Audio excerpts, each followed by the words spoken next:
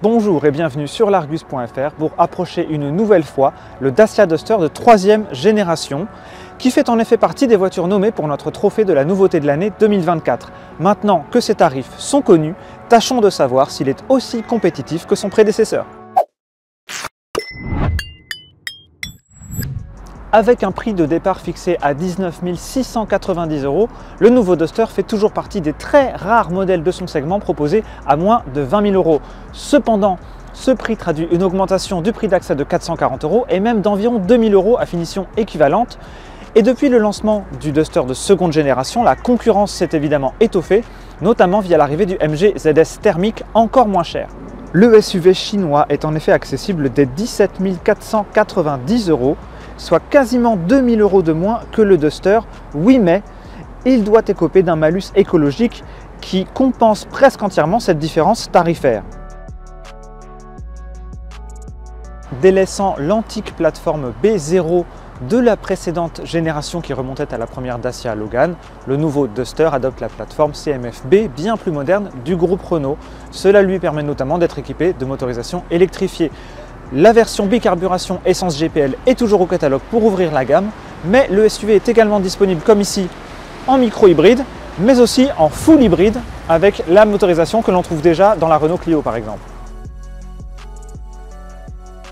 Cette modernisation technique s'accompagne de l'arrivée de nouveaux équipements de sécurité dès l'entrée de gamme, du fait notamment de la nouvelle réglementation européenne en la matière, mais aussi de confort et de technologie dès le milieu de gamme. À l'intérieur du nouveau Dacia Duster, on constate une qualité de présentation en hausse, des textures plus soignées et un dessin plus travaillé. Certains détails témoignent encore de la vocation économique du véhicule, comme les plastiques utilisés en partie basse ou les tirettes qui permettent de rabattre les sièges arrière. En entrée de gamme, l'équipement de série du nouveau Duster demeure limité. On a une climatisation manuelle, un système audio à 4 haut-parleurs, pas d'écran central tactile, mais le système Media Control qui permet de contrôler le multimédia de la voiture à partir du smartphone de l'utilisateur. On note quand même, grâce notamment à la réglementation sécuritaire, l'apparition d'un radar de recul et d'un régulateur de vitesse de série. L'équipement devient nettement plus conséquent avec la seconde finition qui s'appelle Expression. On trouve notamment un tableau de bord numérique de 7 pouces, un écran central de 10 pouces, une caméra de recul ou des jantes en alliage de 17 pouces.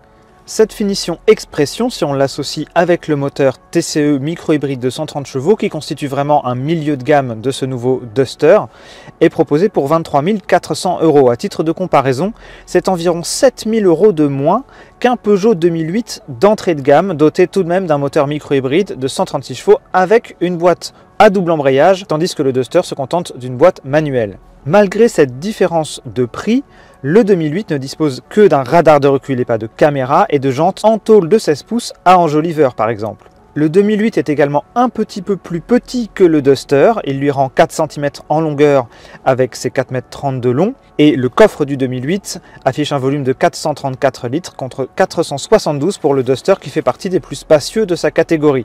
Le Skoda Karoq est bien plus généreux en espace intérieur que le Duster avec ses 4,39 m de long et 521 litres de coffre, mais sa version d'entrée de gamme en TSI 110 chevaux 100% essence réclame 32 840 € minimum, soit près de 10 000 € de plus que ce Duster de milieu de gamme. La principale épine dans le pied de Dacia, c'est encore une fois le MG ZS qui, pour 20 990 € en version haut de gamme avec un moteur essence de 111 chevaux, se montre nettement mieux équipé. Le modèle chinois dispose en effet de caméras à 360 degrés, d'un système de navigation ou encore de sièges avant chauffants qui ne sont pas proposés à ce niveau de gamme pour le Dacia Duster.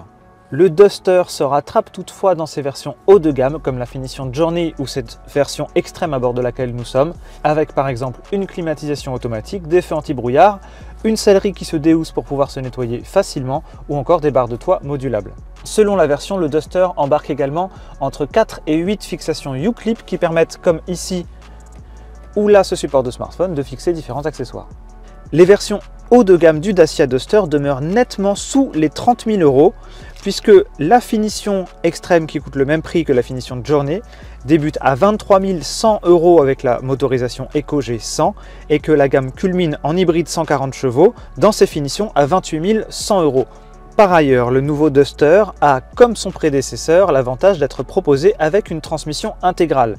Celle-ci n'est disponible qu'avec le moteur TCE 130 et la boîte de vitesse manuelle. Son principal concurrent avec ce type de transmission est le Suzuki S-Cross. Le S-Cross se montre également très proche en termes de dimension et de motorisation avec un bloc micro-hybride 229 chevaux, mais il est nettement mieux équipé avec une climatisation automatique bizone, sa surveillance des angles morts ou ses sièges avant chauffants. En contrepartie, il s'affiche nettement plus cher puisque sa version à transmission intégrale demande au minimum 31 590 €. Depuis le lancement du premier Duster en 2010, Dacia a écoulé plus de 2 millions d'exemplaires de son SUV, dont plus de 500 000 rien qu'en France. L'année dernière, il s'en est vendu dans l'Hexagone plus de 32 000, c'est près de 10 fois plus que de MG ZS. Plus de la moitié des acheteurs français du Duster de précédente génération optaient pour des versions haut de gamme. Et en haut de gamme, cette nouvelle génération a de nouveau de sérieux atouts pour inquiéter la concurrence. Oui, mais la concurrence s'est étoffée entre-temps, et reste à savoir si les versions micro-hybrides sauront prendre la place du diesel en termes de vente, puisque le diesel restait majoritaire dans les ventes du précédent Duster. Reste également à savoir ce qu'il vaut volant en main, ce que nous ne manquerons pas de découvrir lors d'un essai en avril prochain avant une commercialisation prévue au mois de juin. Pour toutes les informations en détail sur ce nouveau Dacia Duster et ses concurrents, retrouvez l'article sur largus.fr en lien dans la description de cette vidéo. On se retrouve bientôt sur largus.fr, sur les réseaux sociaux et sur notre chaîne YouTube. À bientôt!